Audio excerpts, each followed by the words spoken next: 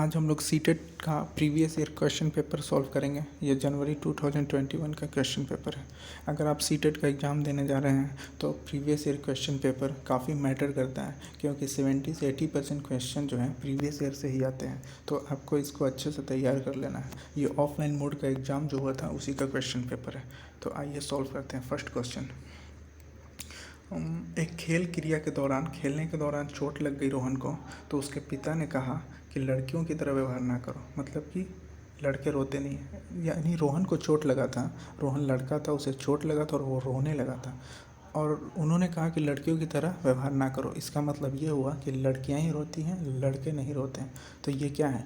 ये एक तरह का रूढ़िवादिता दर्शाता है, रूढ़ी सोच। जैसे कि रूढ़ी सोच किसको बोलते हैं? कि हम लोग ऐसी सोच बना लेते हैं जो वास्तव में नहीं होती है, जैसे भूत प्रेत की सोच, और ऐसी सोच कि लड़कियों को पर्दा प्रथा करना है, उन्हें घर से बाहर नहीं जाने देना है। इस तरह की सोच जो है रूढ़िवादिता को दर्शाता है। तो पहला ऑप्शन सही है। अगर दूसरे ऑप्शन की बात करें तो लैंगिक रूढ़िवादिताओं को चुनौती देता है। चुनौती देता है तो ये तो चुनौती दे नहीं रहा है, ये तो और बढ़ावा दे रहा है। तो दूसरा ऑप्शन नहीं होगा। तीसरा, लैंगिक भेदभाव को कम करता है, तो ये कम तो कर नहीं रहा है। और लैंगिक समानता को बढ़ाता है, तो लैंगिक समानता को ना बढ़ा करके ये लैंगिक असमानता को बढ़ा रहा है। तो पहला का जो है पहला ऑप्शन सही होगा। मूव करते हैं नेक्स्ट क्वेश्चन की तरफ। एक प्रगतिशील कक्षा उसको बोलते हैं जिसमें कि बच्चे जो है पार्टिसिपेट कर रहे हैं और उनको प्रचुर मौके दिए जा रहे हैं ताकि वे अपने ज्ञान का निर्माण कर सकें। अब ऑप्शन पे आते हैं। अटल पाठ्यक्रम। अटल पाठ्यक्रम का अर्थ हुआ कि फिक्स करिकुलम, कि एक बुक में जो लिखा हुआ है बस हमें उसी को बच्चों को पढ़ाना है, और अलग से ना को करिकुलम एक्टिविटीज़ करवानी है, ना उनसे स्पोर्ट करवाना है, ना उनसे कल्चरल प्रोग्राम करवाना है। तो ऐसा तो हम करते नहीं हैं, फिक्स तो करिकुलम होता नहीं है हमारा। तो पहला ऑप्शन गलत। नेक्स्ट ऑप्शन, विद्यार्थियों को प्रतिस्पर्धा यानी कि कंपटीशन करवाना चाहिए, तो इससे तो उनमें गलत भावना आएगी, ये भी नहीं करवाना है। ज्ञान संरचना के प्रचुर मौके देने चाहिए, बिल्कुल सही है। और नामांकित करना चाहिए अकादमिक अंकों पे कि इनका A+ आया, इनको ए ग्रेड मिला, और इनका जो है क्लास में सबके सामने शो किया जाए कि इसने बहुत अच्छा परफॉर्मेंस किया। तो इससे तो जिन्होंने कम लाया है उस पर निगेटिव इम्पैक्ट पड़ेगा। तो 4 ऑप्शन भी नहीं होने वाला है। So third option is right here. So next move on the question number third. Question third is that एक गतिविधि के दौरान छात्रों को संघर्ष करते देख एक अध्यापिका बच्चों को संकेत दे रही है। संकेत सेंस में ये है कि अगर बच्चा कुछ नहीं कर पा रहा है तो उसको थोड़ा सा हिंट्स दे दो कि हाँ ऐसे करो। तो इस संकेत देने को लेओ वाइगोत्स्की ने क्या कहा था? तो वाइगोत्स्की का अगर आपने थ्योरी पढ़ा है तो उसने कहा था कि कोई बच्चा अगर थोड़ा बहुत जान रहा है लेकिन उसकी पोटेंसी इतनी है कि वो और ज़्यादा जान सकता है, तो उसको आप थोड़ा हेल्प कर दो, उसकी सहायता दे दो ताकि वो ज़्यादा जान सके। तो इस हेल्प देने को लेओ वाइगोत्स्की ने जो है एस्कैप फोल्डिंग कहा था। और एस्कैप फोल्डिंग को ही आप हिंदी में पाड़ कहते हो। पाड़ यानी संरचना, आधारभूत संरचना देना। तो आपको याद रहना चाहिए कि जहाँ भी पहाड़ का जिक्र आएगा वो लेओ वाइगोत्स्की से ही कनेक्टेड है। तो ऑप्शन नंबर 3 आंसर।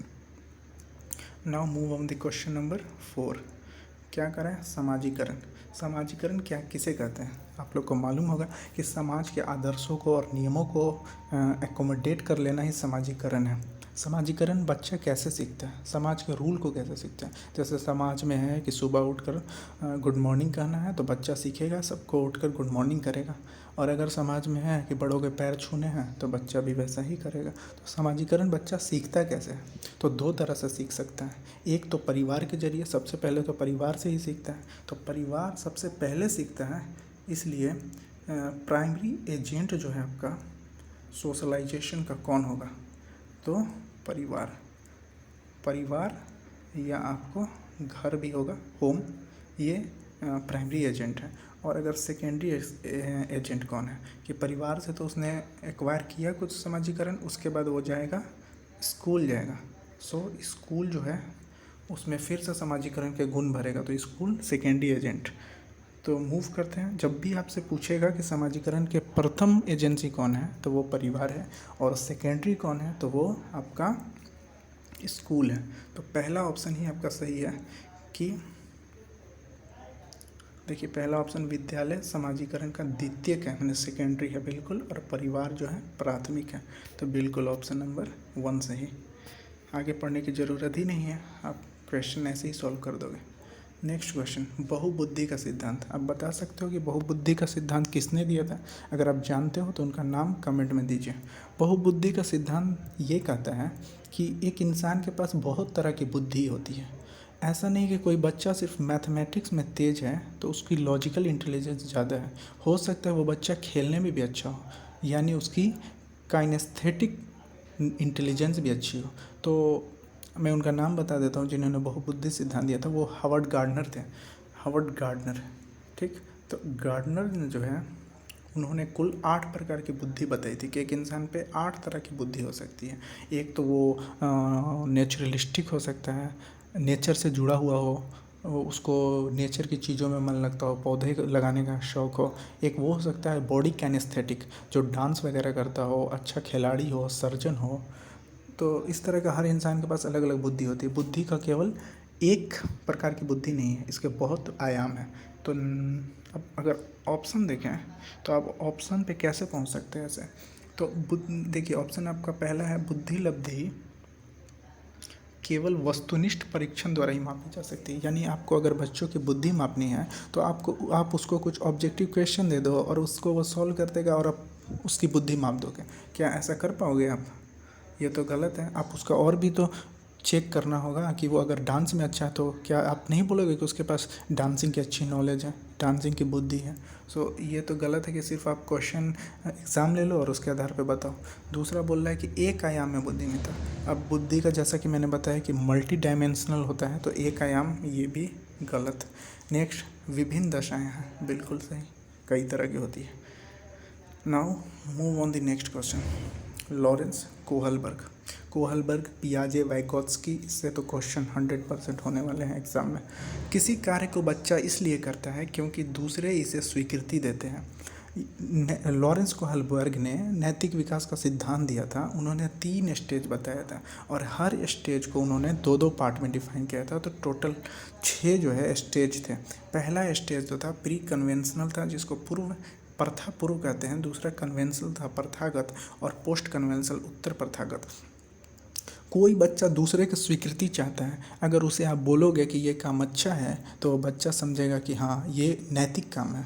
जैसे कि बच्चे ने अगर फुटबॉल खेलते हुए चाय का कप गिरा दिया और आप कहोगे बहुत अच्छा किया तुमने, तो वो यही चीज़ एक्वायर कर लेगा और नेक्स्ट टाइम से हमेशा फुटबॉल से चाय को गिराना चाहेगा।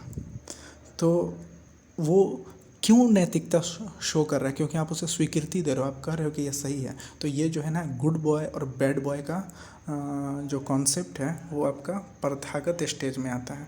ये आपको स्टेज अगर कहिएगा तो मैं वीडियो बनाऊंगा लॉरेंस कोहलबर्ग की। ये प्रथागत स्टेज है ऑप्शन।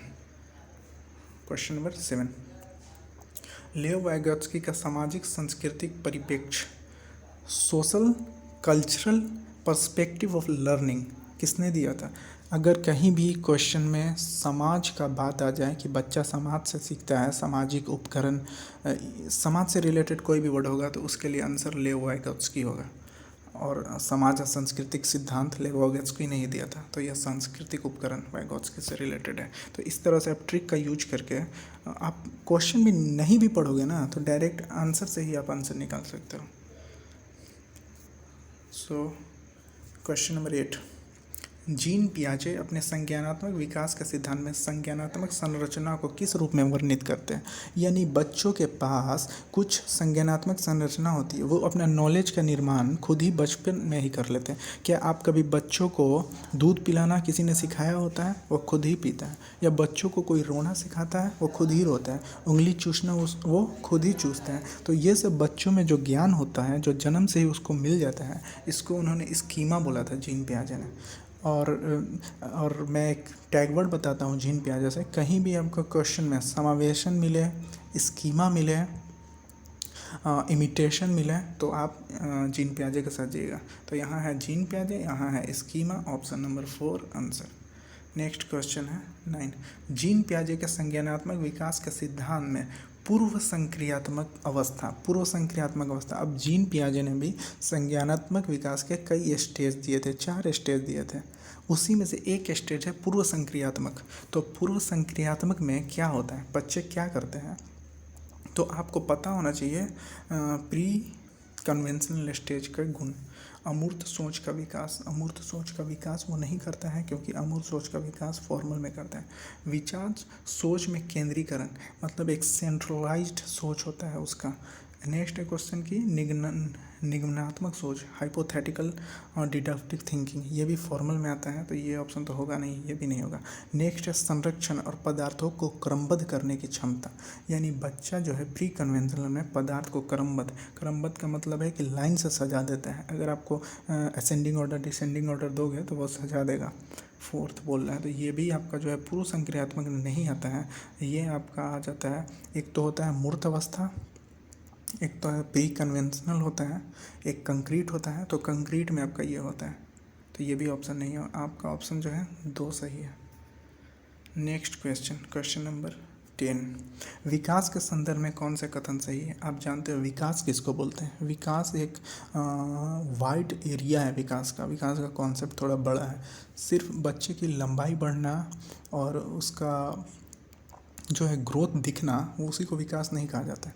विकास मेंटल परिपक्वता अगर बच्चे में आ रही है तो उसे भी विकास कहते हैं। तो क्या आप विकास कैसे होता है बच्चे का, उस पर उसका आनुवांशिकता का भी प्रभाव होता है। अगर उसके माता पिता आप देखोगे कि अगर नाटे हैं तो ज़्यादा चांस है कि बच्चा भी नाटा हो।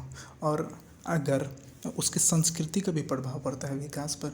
अगर उसको ऐसा इन्वायरमेंट मिला कि वो ग्रोथ कर जाए, उसको खाना अच्छा मिला, उसको अच्छे प्रोटीन्स मिले और अच्छी परवरिश मिली, तो हो सकता है वो ग्रो कर जाए। तो विकास जो है केवल आनुवांशिक पे डिपेंड नहीं करता, ये कल्चर पे भी डिपेंड करता है। और ये जो है विकास हर डायमेंशन में होता है। सिर्फ एक ही तरह का विकास नहीं होता है कि लंबाई बढ़ गई इसी को विकास नहीं बोलेंगे। मानसिक विकास भी होता है आपका, नैतिक विकास भी होता है, तो कई तरह का विकास होता है। तो विकास के काम में कौन सा कथन सही है। विकास की दर सभी संस्कृतियों में सभी के लिए समान है। क्या सभी बच्चे एक ही तरह का विकास करते हैं। बिल्कुल गलत बात है।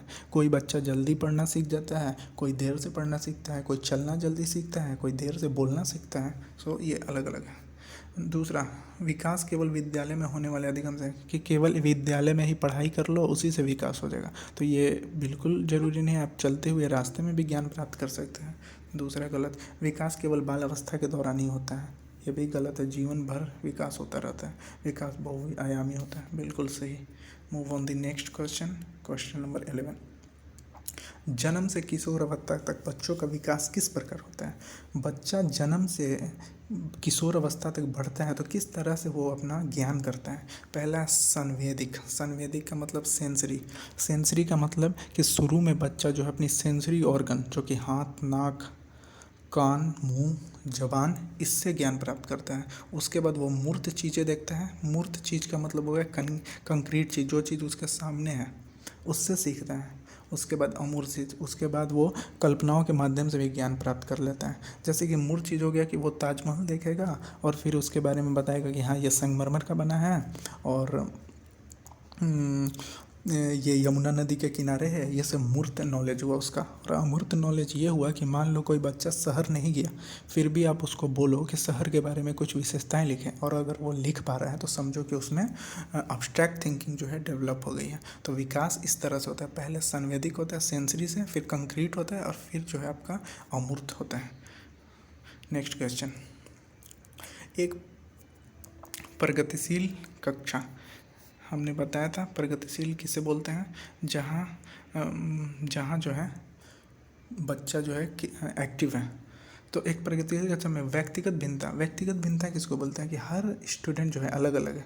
कोई जो है जिसका लैंग्वेज अच्छा होगा, किसी को मैथ्स अच्छा लगता होगा, किसी को साइंस। तो व्यक्तिगत भिन्नता किस प्रकार देखा जाना चाहिए। क्या यह अधिगम प्रक्रिया में बाधा है। क्या अलग अलग बच्चा सोच रखते तो क्या बाधा है। तो बाधा आप कभी नहीं बोलोगे, ये निगेटिव वर्ड है, गलत। अध्यापक के पक्ष पर असफलता है, ये भी गलत है। टीचर का इसमें असफलता की कहाँ से बात होगी? अगर स्टूडेंट को साइंस पसंद है तो ये उसकी अपनी पसंद है। योग्यता आधारित समूह बनाना, फिर से समूह बनाने की बात हो रही है, गलत। और अध्यापक पर अधिगम परियोजना के लिए महत्वपूर्ण, बिल्कुल आप उसको प्रोजेक्ट दे सकते हो ताकि जो बच्चा अलग अलग डिफरेंस रखता है, मान लो उसके कल्चर में डिफरेंस है, तो वो अगर आप उसको परियोजना दोगे तो वो एक दूसरे से सीखेंगे, ये उसका सीखने में मदद करेगा। तो 4 पॉजिटिव वर्ड है, सही है। नेक्स्ट क्वेश्चन, समावेशी कक्षा में डैश पर जोड़ देना चाहिए।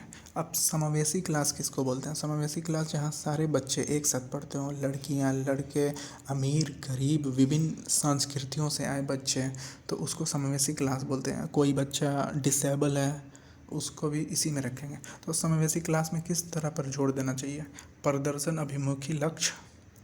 प्रदर्शन अभिमुखी का मतलब होता है परफॉर्मेंस, उसका सिर्फ परफॉर्मेंस देखा जाए, अच्छा परफॉर्मेंस कर रहा है तो उसको बोल देंगे कि बहुत अच्छा है। या अविभेदित समरूपी निर्देशन, या सामाजिक पहचान के आधार पर छात्रों का अलगाव, कि बच्चा समाज पहचान रखता है, अच्छी उच्च परिवार से आता है, तो उसको हम अलगाव कर देंगे, उसको अलग बैठाएंगे और बाकी बच्चों को अलग बैठाएंगे, तो गलत है।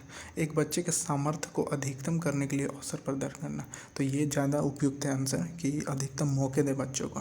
तो इस तरह से आपको खुद आइडिया लगेगा कि कौन पॉजिटिव वर्ड है कौन निगेटिव। तो ये इसका आपका 4 नंबर आंसर होगा। So question number 14, question number 14 is that दिव्यांगजन अधिकार अधिनियम 2016 के अनुसार निम्न में से किस शब्दावली का प्रयोग उपयुक्त है? कि 2016 में आई थी एक right of person with disabilities act 2016, इसमें किस शब्द का प्रयोग किया गया है? मंदित छात्र। मंदित छात्र का मतलब रिटार्डेड स्टूडेंट। रिटार्डेड का मतलब जो एकदम बुद्धिहीन है, उसको आप पढ़ा ही नहीं सकते, तो ऐसा वर्ड तो कभी यूज नहीं किया जा सकता। एक विकलांग छात्र, तो विकलांग शब्द को ऐसे भी इंडिया में जो है नहीं बोला जाता है, हमारे प्रधानमंत्री जी भी बोलते हैं तो दिव्यांग का प्रयोग करते हैं। तो इस तरह से आप समझ सकते हैं कि इसका आंसर क्या होने वाला है। इसका आंसर बिल्कुल आप सही कर रहे हैं, option number 3। Now move on the next question 15, अधिगम कठिनाइयों से जूझते छात्र की ज़रूरत को संबोधित करने के लिए अध्यापक को क्या नहीं करना चाहिए? इम्पोर्टेंट है, यहाँ नहीं करना चाहिए आपको देना है कि अगर अभी स्टूडेंट में कुछ डिसेबिलिटी है तो आप क्या नहीं करोगे? दृश्य स्रोत सामग्री का इस्तेमाल, ये तो करोगे आप, तभी तो वो समझ पाएगा। संरचनात्मक शिक्षा शास्त्रीय उपागम का इस्तेमाल, ये भी आप करोगे। शिक्षा शास्त्र और आकलन के लिए जटिल संरचनाओं का प्रयोग, ये देखिए जटिल शब्द, अगर आप जटिल संरचना बनाएंगे तो फिर वो सीखेगा कैसे? वो तो ऐसे ही भी डिसेबल है, अच्छे से समझ नहीं पा रहा है, ऊपर से आप जटिल संरचना का प्रयोग करेंगे, तो ये नेगेटिव वर्ड है। तो 4 आंसर सही है। क्वेश्चन नंबर 16, संरचनात्मकता की पहचान का प्रमुख लक्षण क्या है? संरचनात्मकता का मतलब होता है क्रिएटिविटी। एक बच्चा क्रिएटिविटी रखता है, वो डाइवर्जेंट थिंकिंग रखता है, तो उसका प्रमुख लक्षण क्या होगा? कम परिज्ञानता। कम परिज्ञानता का मतलब वो समझने में उसका ज्ञान कम होगा, वो पैराग्राफ को समझ नहीं पाएगा, तो फिर वो क्रिएटिव कैसे हुआ? तो ये गलत है। अति सक्रियता का मतलब हाइपर एक्टिव, ये भी गलत है। ये देखिए अपसारी चिंतन यानी डाइवर्जेंट थिंकिंग, वो एक चीज़ को एक आंसर का एक क्वेश्चन का मल्टीपल आंसर सोच सकता है, इसी को बोलते हैं अपसारी चिंतन। तो क्रिएटिव है तो अलग अलग तरह का आइडिया सोचेगा, तो option number 3 answer. Option number question number 17, विभिन्न पृष्ठभूमि के अधिगमकर्ताओं को संबोधित करते हुए एक अध्यापक को, विभिन्न पृष्ठभूमि का मतलब कि कोई गरीब परिवार का बच्चा होगा या विभिन्न संस्कृतियों का होगा, जो कोई तमिल बोलता होगा या मलयालम बोलता होगा, कोई हिंदी बोलता होगा, इंग्लिश बोलता होगा, तो उसको एक अध्यापक को कैसे संबोधित करना चाहिए? विविधता संबंधी मुद्दे पर बातचीत टालनी चाहिए। तो ऐसे अगर टालेंगे तो वो बच्चा सीखेगा कैसे और एक दूसरे का कल्चर को शेयर कैसे कर पाएगा? गलत है। विभिन्न विन्यासों से उदाहरण लेने चाहिए, सभी के लिए मान के सभी के लिए एक ही तरह का आकलन कर दो, ऐसा थोड़ी होगा कि आप सभी को एक ही डंडे से हाँको, तो तीसरा भी गलत है। क्योंकि अलग अलग स्टूडेंट हैं तो उनको जो है ज्ञान भी अलग अलग तरीके से देना होगा। ऐसे कथन का इस्तेमाल करना चाहिए, नकारात्मक रूढ़िबद्ध धारणाओं को मजबूत करें। ये तो ऐसे ही निगेटिव वर्ड लग रहा है। तो ऑप्शन नंबर 2, विभिन्न विन्यासों से उदाहरण लेने चाहिए कि जैसे कि मुस्लिम समुदाय का बच्चा है तो कुछ ईद का एग्जाम्पल ले लेते हैं अगर उसको फेस्टिवल समझा रहे हो तो, और अगर लैंग्वेज का बात कर रहे हैं तो एग्जाम्पल ले सकते हैं कि तमिल लैंग्वेज हो गया। मतलब हर तरह से आप एग्जाम्पल उठाओ। Option number 17 answer. 18, समस्या समाधान क्षमताओं को किस प्रकार सुसाध किया जा सकता है। समस्या समाधान क्षमता कि प्रॉब्लम सॉल्विंग जो है एबिलिटीज स्टूडेंट में है, इसके लिए आप क्या करोगे। लगातार अभ्यास करवाओ प्रैक्टिस से, तो ये तो फिर वही हो गया कि रटवाओ आप बच्चों को, तो गलत है। अटल तरीका, अटल प्रक्रिया, हमने फिक्स आप प्रोसेस बताओ कि ना इसी तरह से आप हल करो, तो ऐसा थोड़ी है। आप उसको तो प्रमोट करोगे कि आप तरह तरह से सोचो, ये भी गलत है। समरूप का इस्तेमाल को बढ़ा देना। समरूप मतलब एनालॉग, जैसे कि समरूप का मतलब जैसे कि आप बच्चों को एक दिन देते हो कि 3+4, बच्चे ने बना दिया 7, तो फिर अगले दिन आप इसी पैटर्न पे आप उसको थोड़ा हायर थिंकिंग का क्वेश्चन दे सकते हो, जैसे 3-4 और यहाँ दे तो 5-2, ये एनालॉग हो गया। एनालॉग का मतलब समरूप इस्तेमाल, तो इस तरह से दोगे तो बच्चा जो है आसानी से सीखेगा। सो ऑप्शन 3 अच्छा है। अब ये देखो, डर की भावना पैदा करे, एकदम निगेटिव वर्ड है। सो नेक्स्ट क्वेश्चन 19, अधिगम को अभिप्रेरणा को किस प्रकार कायम रखा जा सकता है। मोटिवेशन को किस तरह से आप कायम रखते हो। बच्चों को दंड देना, अब दंड दोगे बच्चों को गलत। दूसरा, प्रवीणता अभिमुखी लक्ष्य पर जोर देना। फोकस मास्टरी ओरिएंटेड, कि बच्चों को मास्टरी देना है उस सब्जेक्ट पे, ये बिल्कुल सही, अच्छा लग रहा है ऑप्शन। बच्चों को बहुत आसान करेगा, अगर बहुत इजी दे दोगे तो फिर तो वो बोर हो जाएंगे, वो फिर सॉल्व तो आसानी से कर लेंगे। और रट्टाफिकेशन, ये भी गलत है। Option number 2। 20, शर्मिंदगी। शर्मिंदगी यानी कि शेम, अगर बच्चों को आप शर्मिंदा करते हो क्लास के सामने तो इसका क्या असर होगा। तो बोल रहा है कि संज्ञान से कोई संबंध नहीं है। संज्ञान का मतलब कॉग्निशन, कि वो जो है उसके दिमाग पे कोई इफेक्ट नहीं पड़ेगा इसका, शर्मिंदा अगर उसको करोगे तो गलत इफेक्ट तो पड़ेगा। नकारात्मक प्रभाव पड़ सकता है, बिल्कुल सही है। आप शर्मिंदा करोगे तो नकारात्मक प्रभाव पड़ेगा। नेक्स्ट क्वेश्चन, निम्न में से अध्यापन अधिगम में सबसे अधिक प्रभावशाली माध्यम क्या है। किस तरह से आप जो है बच्चों को अध्यापन कराओगे। याद करवा दो, बिल्कुल गलत है। संग संबंध खोजना बिना विश्लेषण के अवलोकन, कि आप एक्सप्लेन नहीं करो और बोल दो कि आप ऑब्जर्व करो कि इसका आंसर क्या होगा, तो तीसरा गलत है। चौथा, अनुकरण नकल, ये भी गलत है। 2, थोड़ा वीडियो लंबा हो रहा है इसलिए शॉर्ट में आंसर को देखते हैं। एक अध्यापिका को दिए हुए किसी कार्यकलाप में छात्रों को विभिन्न त्रुटियों का विश्लेषण करना चाहिए, क्योंकि मतलब अगर बच्चे ने गलती की है तो उसका विश्लेषण करें। क्यों करें हम विश्लेषण, इस आधार पर कि दंड दे सके, मतलब इसलिए कि गलती उसमें निकालें ताकि हमको मौका मिल सके और हम दंड दें, बिल्कुल गलत। त्रुटियों का समझ अध्यापन अधिगम प्रक्रिया के अर्थपूर्ण है।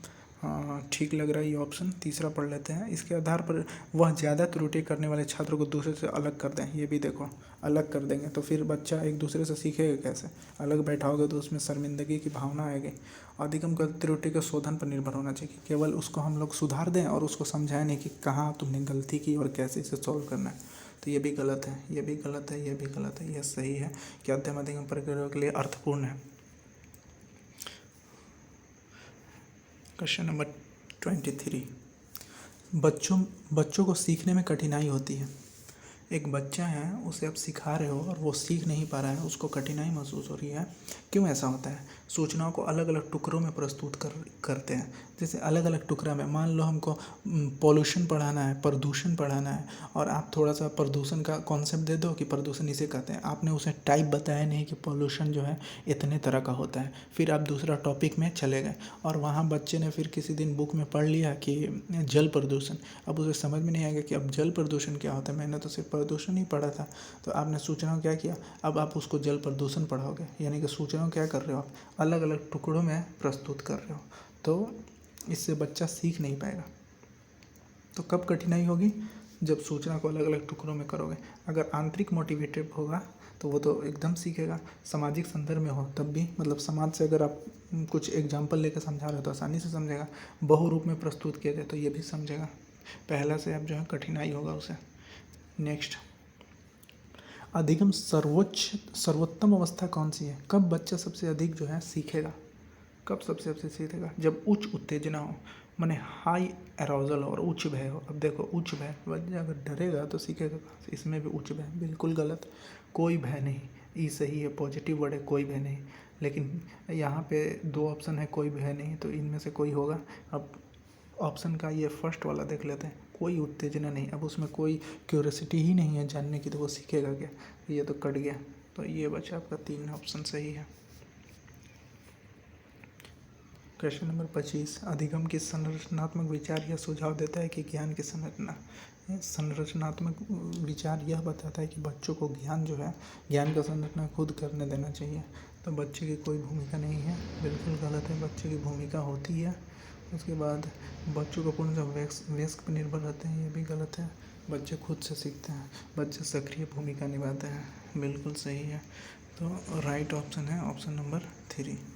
नेक्स्ट क्वेश्चन 26, अधिगम के लिए निम्न में से कौन सी धारणा उपयुक्त है? योग्यता सुधार है, योग्यताएं अटल है, प्रयास से कोई फर्क नहीं पड़ता है, असफलता नियंत्रित है। तो इसमें तो आप positive tag word, negative tag word से आराम से ऑप्शन बता सकते हो। तो आप 26 का आंसर जो है कमेंट करना, एकदम आराम से आप बताओगे इसका आंसर। 27, निम्न में से कौन सी प्रॉपर्टी विद्यार्थी में संकल्पनात्मक समझ में बढ़ोतरी करती है? यानी कि बच्चा जो है कॉन्सेप्ट अच्छे से सीखेगा। प्रतिस्पर्धा, फिर प्रतिस्पर्धा गलत, आप कंपटीशन करवाओगे थोड़ी। पाठ्य पुस्तक केंद्रित, पास पुस्तक केंद्रित की जो किताब में बस वही पढ़ाओ, तो इससे बच्चा का कॉन्सेप्ट कैसे बिल्ड होगा? वो चीज़ों को नए नए तरीके से कैसे सीख पाएगा? बार बार परीक्षाएँ लो, तो इससे भी ये भी निगेटिव है। 4 नंबर आंसर करेक्ट है इसका। 28, एक कार्य के दौरान सायना स्वयं से बात कर रही है, स्वयं से बात कर रही है ना, खुद से बात कर रही है। वह कार्य किस प्रकार प्रगति कर सकती है? लेव वाइगोत्स्की ने कहा कि बच्चे जो है खुद को निर्देश देते हैं, और जैसे आपने देखा होगा कि बच्चे जो खुद से बात करते हैं, जैसे उनसे खिलौना टूट गई तो वो बोलेंगे अरे इसका चक्का कहाँ गया, इसकी तो सीट ही टूट गई, अब मुझे जोड़ना पड़ेगा, और वो ऐसे जोड़ते हैं, वो जोड़ने की कोशिश करते हैं। तो इस तरह वो अपने आप को सेल्फ रेगुलेशन कर रहे हैं। इसको वाइगोत्स्की ने बोला था कि जब बच्चा खुद से बात करता हो तो उसको सेल्फ रेगुलेशन बोलते हैं, स्वयं नियमन बोलते हैं। लेकिन अगर पियाजे का बात है तो पियाजे ने कहा था इसे कि आत्म केंद्रितता इसको कहा था पियाजे ने। लेकिन आपका जो लेव वाइगोत्स्की हैं उन्होंने स्व नियमन का कॉन्सेप्ट दिया था इसमें। नेक्स्ट क्वेश्चन, मूल्यांकन पद्धति का लक्ष्य होना चाहिए। मूल्यांकन क्यों करना चाहिए? विद्यार्थियों को नामांकित करने के लिए। नामांकित का मतलब वही कि A+ स्टूडेंट ये 90% लाया है, ये 80% लाया है, इसलिए हमको मूल्यांकन करना चाहिए। कि योग्यता आधारित समूह में विद्यार्थी को बांटते हैं, फिर बांट देंगे, ये गलत बात है। विद्यार्थी को ज़रूरत और आवश्यकता की पहचान, हाँ, ताकि हम मूल्यांकन इसलिए करते हैं ताकि उसकी ज़रूरत को पहचान सके, कहाँ कमी है और क्या करना बाकी है। नेक्स्ट लास्ट क्वेश्चन 30, बच्चों के विकास की व्यक्तिगत भिन्नता को किस प्रकार प्रतिरूपित किया जा सकता है? मैंने आपको बताया था कि व्यक्तिगत भिन्नता जो है, बच्चे का विकास जो है केवल आनुवंशिकता पर निर्भर नहीं करता, बल्कि आनुवंशिकता और पर्यावरण दोनों पे डिपेंड करता है। तो ये आज का सेशन था। आई होप कि आपको पसंद आया होगा। अगर आपको पसंद है तो बताइएगा, हम नेक्स्ट वीडियो भी और प्रीवियस ईयर क्वेश्चन का लाएंगे। Thank you for watching.